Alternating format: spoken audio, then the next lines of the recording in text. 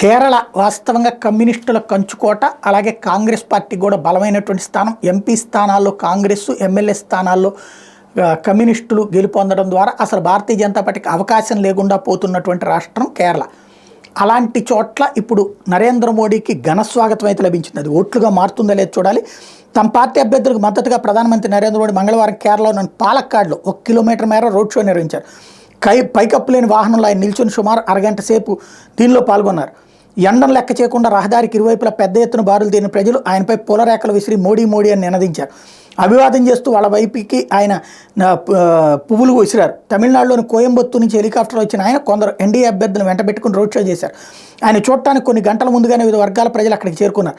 దక్షిణ కేరళలోని అభ్యర్థుల తరపున ప్రచారానికి ఈ నెల 15 కేరళలోని పదనందిట్టాలో బహిరంగ సభలో ప్రధాని పాల్గొన్నారు. 3 నెలల్లో 5 సార్లు ఆయన రాష్ట్రానికి వచ్చారు.